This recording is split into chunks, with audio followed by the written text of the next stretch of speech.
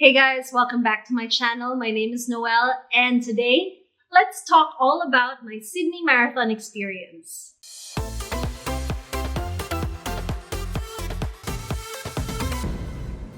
So yeah, it's been 2 weeks since I came back from the Sydney Marathon. While I have posted about finishing the race, I posted a few video clips from my experience. They don't feel like the proper space to talk and process.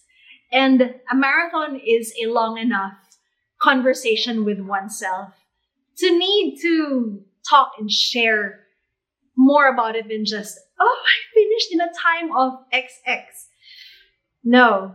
And so that's why I'm here in front of you today. 2 weeks is a good time to have processed all the feelings, all the thoughts that you've had about something for you to be able to express yourself properly. So let's talk about the lead up into the race. The last time I was here in front of the camera, I was talking about heading into the longest run of the training plan, which is a 32-kilometer long run. And during that time, while I was stepping the mileage down, I did feel, that's what they say, tapers can be weird.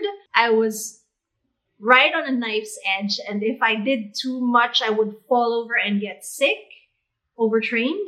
If I balanced it correctly, then I would be in a good place to perform well during the marathon. And I honestly felt like maybe the training plan had me overcooked. It wasn't how I trained with my previous training plans. That's something that can be adjusted for future reference. So the plan was to do 4 days in Melbourne, then head to Sydney.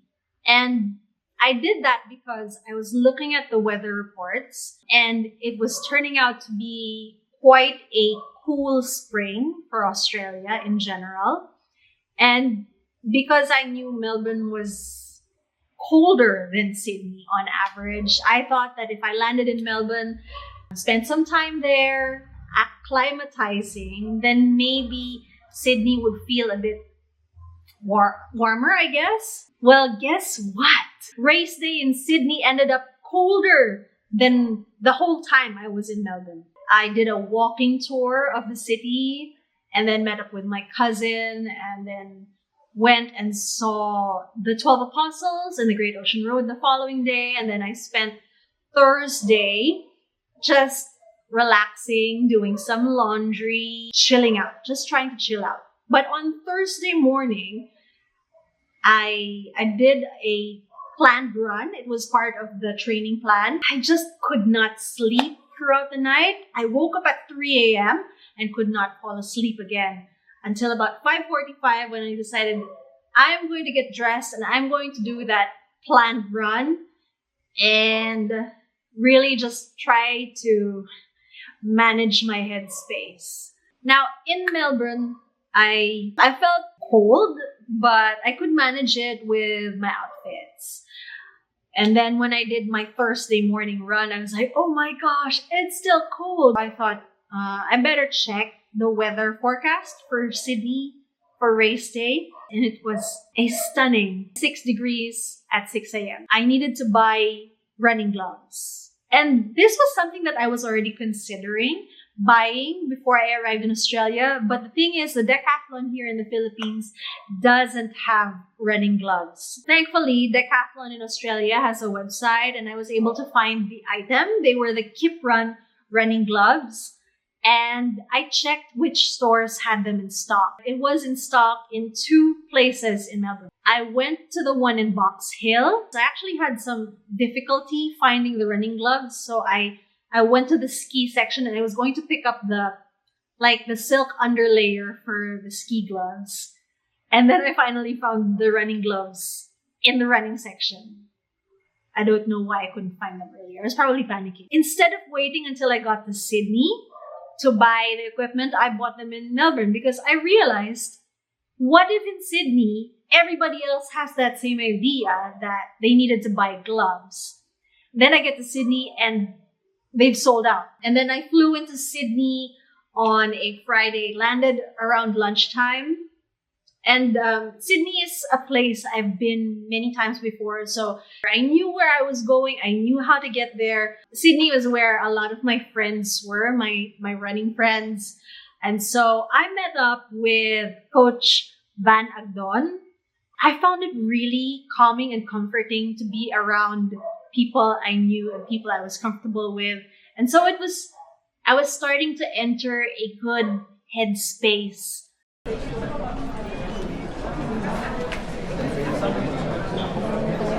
Balita sa akin, 2 hours daw yung pila dito kahapon. Pero I think naayos na nila. And then, bukas, pila ulit.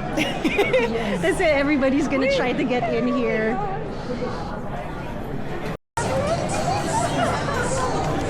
Hello! Just that, thank you. Yeah. But I'll be So that's yours, and I'm going to give you also. You gotta, I think you gotta go with the other Marathon bag. as in, Ito po yung damit natin na isusuot sa race. Post-race, yes. And then, may sapatos po. Ilalabas siya talaga. Kailangan ilabas. Para makita nga naman. Oo. Tapos, yan. Yung dalawang sachet ng Milo sa shaker bottle. Hindi po ako sponsored ng Milo. Ito po talaga yung aking recovery drink. Milo, sana. Sana po. Sana post Milo. Okay. Sige. So, pipila na tayo ulit. Right, Para go. mag-drop yung bag. Atleta ako, look! It's flip belt in Australia! I have this. Haha. And I have those shorts. Saturday morning, I intended to wake up late, have a leisurely breakfast, take my time just getting dressed and go to lunch with a friend. Then after lunch, I had a Sydney Opera House concerto to attend. And then after that, I would head back to the hotel and just keep my feet up the rest of the afternoon and sleep early. Well, that didn't really go according to plan because Van basically, she said, "Oh, we're doing a shakeout run. You should come." And it was a good thing. It was such a good thing I did because everybody who was there, a lot of marathoners were also doing shakeout runs. And the atmosphere was just so positive that I felt like I could actually do it, that I could actually enjoy the race. And then I was able to go to sleep early, take care of all business. Like I had bought my planned race day breakfast and everything. So I was really able to control the controllables that night before the race. Ready na ba ako? Ready na ba ako? All the gels. A spare water bottle na itatapon after 5 kilometers. My phone will go in the back of my flip belt shorts. This jacket, thank you so much for your service. I will not be needing you before the finish line. So this one's gonna go as well.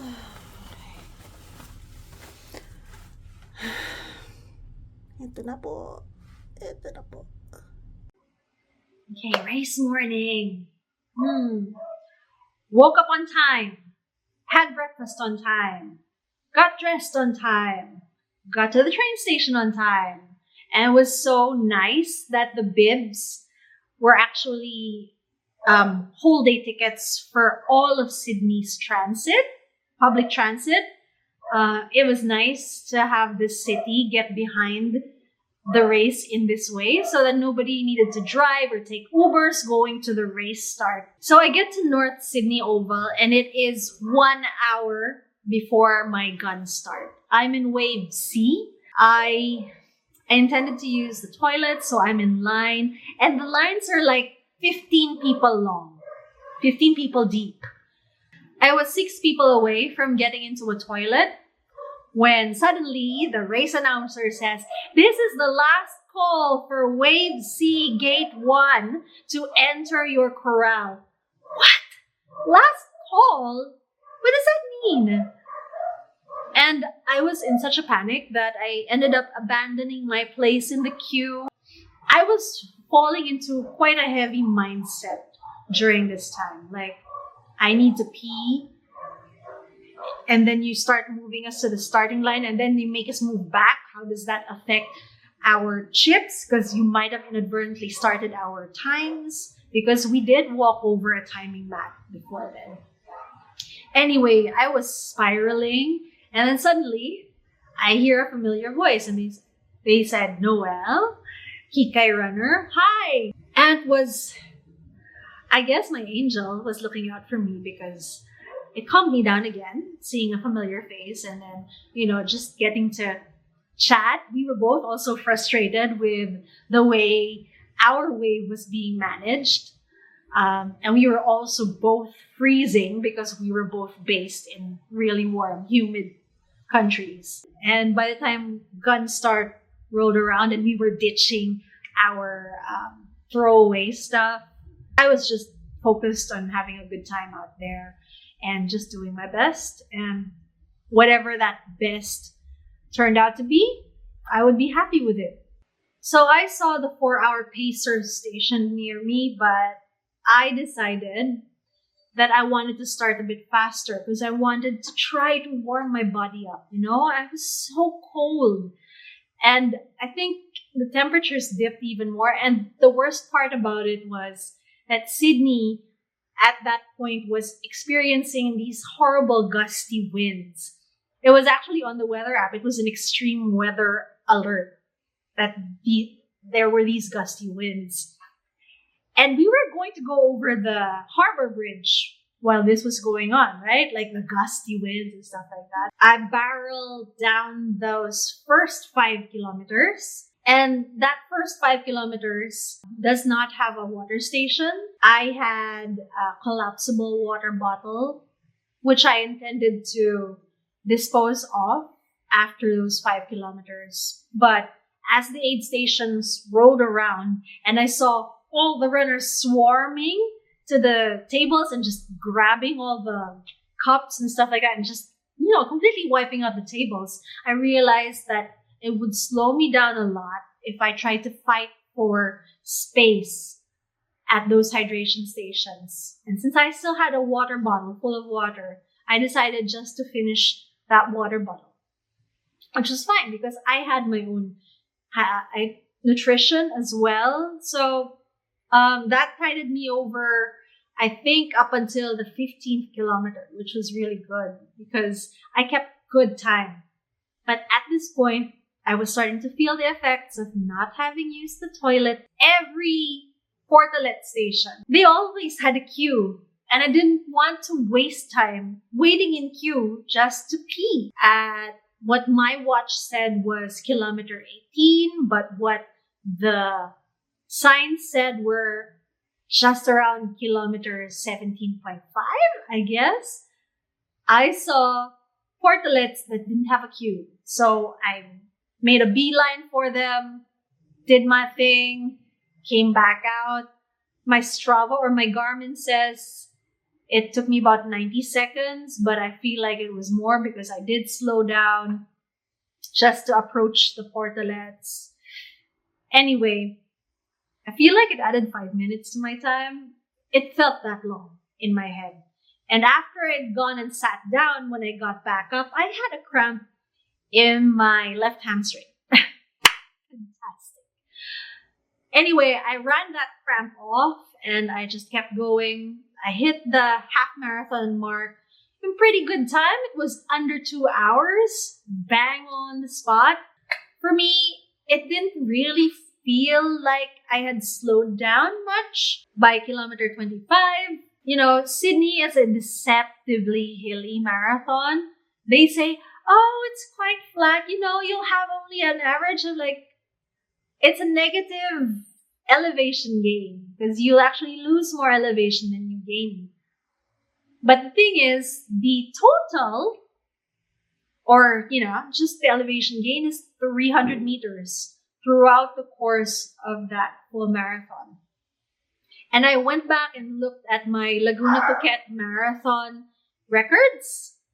And that race, which I felt had enough hills, like in Thailand, when they have hills, you go straight up them instead of around them or, swerving up. So those were pretty steep inclines. But that race only had 150 meters of elevation gain. That puts Sydney into perspective. And it was really like the long out section. I could feel that there was a false flat or a slight uphill. So I would moderate my speed and coming back down, because it was out and back, coming back down, instead of feeling some extra speed because it was downhill, there was a headwind. Or maybe that was me bonking. I don't know. But it was kind of like this battle between what I was feeling and what I thought I needed to be putting out as speed. I battled through it. I thought I was doing pretty well. And then on the 32nd kilometer, the pacers caught up with me, the 4-hour pacers. So I realized I'd actually been running ahead of them this entire time, but I had slowed down and they had finally caught up with me. I realized I had miscalculated my race and now I needed to fight to stay with them. And I kind of did. One of the pacers, Andrew, he kept telling the crowd that was around him, "We are on the countdown, you guys. It's only 10 kilometers. It's 2 park runs. Let's go. And this gave me quite a bit of a mental boost. Like it's only an hour of running more to go. How hard can that be? And so I kept going. And as we hit the section above Mrs. McQuarrie's chair, it's an uphill section. It's also pretty rolling going in. So I was like, oh my God, another uphill. And my legs were pretty shot already. So I saw the 4-hour crew, 4-hour bus run off into the distance while I kept plodding on.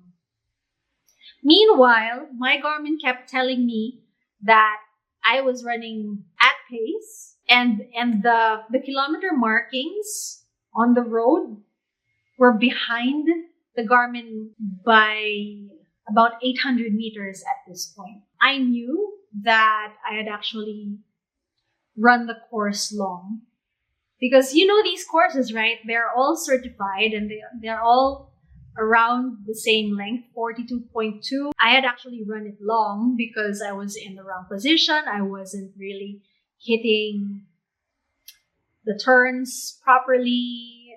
By the time I hit 42.2 kilometers on my watch, it was under 4 hours. Unfortunately, the finish line was still further ahead, so my race wasn't over. Okay, I said, that's fine. Let's just keep running and let's enjoy this finish. I knew that approach heading into the Opera House. As I ran down it, I said, okay, it's time to start celebrating because it's been a long journey. Been through a lot. And it's almost over. I don't know why I'm crying, but I actually did cry at the finish as well. When I planned my outfit for this race, I initially was going to wear something work-related that I have been trying to promote for quite some time. And I was also going to hold up a Philippine flag through the finish shoot.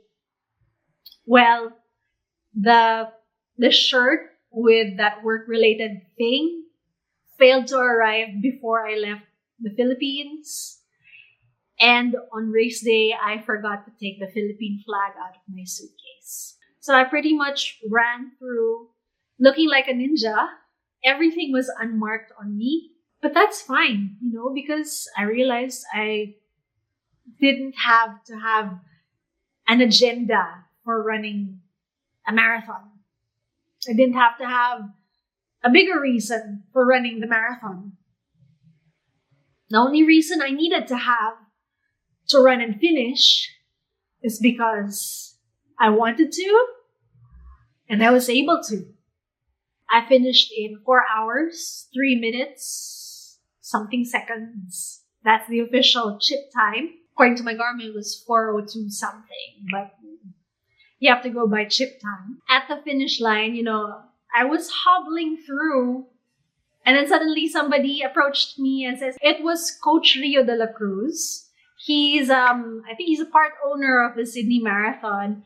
And he was at the finish line welcoming Filipinos with a Filipino flag. So we took a photo. He took a photo of me. I really appreciated that Coach Rio was there for us. And it was such a nice feeling to be welcomed across the finish line. We are given this 600-meter walk off before we can pick up our gear. You know, people need to walk it off because apparently it's better for their recovery, etc., etc. It's scientifically backed. On that walk, you have this nice view of the Sydney Opera House behind you. Unfortunately, you're not supposed to stop on the walk. Well, some people did stop on the walk and take a photo. It's a great background, especially with your medal. But I was by myself.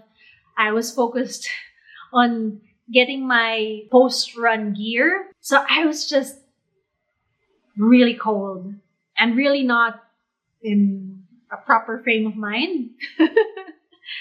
So I didn't think to stop and savor being there by that beautiful finish line and take a photo. No, I just wanted to get into my dry gear, change shoes. I didn't really enjoy the post-race area, recovery area or whatever. I met up with my friend. We chatted about his race, you know, and his friend's race. It was a nice decompress after what had been kind of an eventful 42-kilometer talk with myself. So here are my takeaways from the Sydney Marathon. In retrospect, I should probably have stuck with the pacers. I had a trust issue with pacers because when I did one of my benchmark races throughout this training cycle, there were 2-hour pacers who ended up running way faster than their intended time. And they were quite noisy about it as well. And I found that during that benchmark race, it harshed my vibe. And so I didn't want to run with the same kind of noise. And yeah, so I didn't trust the Sydney Marathon pacers. But I feel like the International Marathon pacers probably have a better screening process. From the way they ran things, I feel like I probably could have benefited from following their pacing plan. I ran my desired pace and just ran over distance. I was 6 minutes slower than my personal best, but I did that personal best 14 years ago. So I was much younger, much better trained. I had a huge base way back when, which I didn't have at this point because I started from zero last year. So yeah, to have managed to pull out a 4:03 with all those factors considered, I am actually happy about that. And it's something that I can build on. It was an epic experience at the Sydney Marathon. I'm so happy that I signed up for it. I thought Sydney was going to be an easy marathon because it was going to be cooler than in the Philippines. I thought, because I didn't look at the elevation map, I thought it was going to be a flatter, faster course. Well, apparently it was compared to last year's course. There are no easy marathons. They're just hard in different ways. That's all for now. I hope you enjoyed this little trip down memory lane for me from 2 weeks ago. If you found this interesting, informative, entertaining, please do give me a thumbs up. If you haven't yet, please subscribe to my channel, and I'll see you again next time. Bye!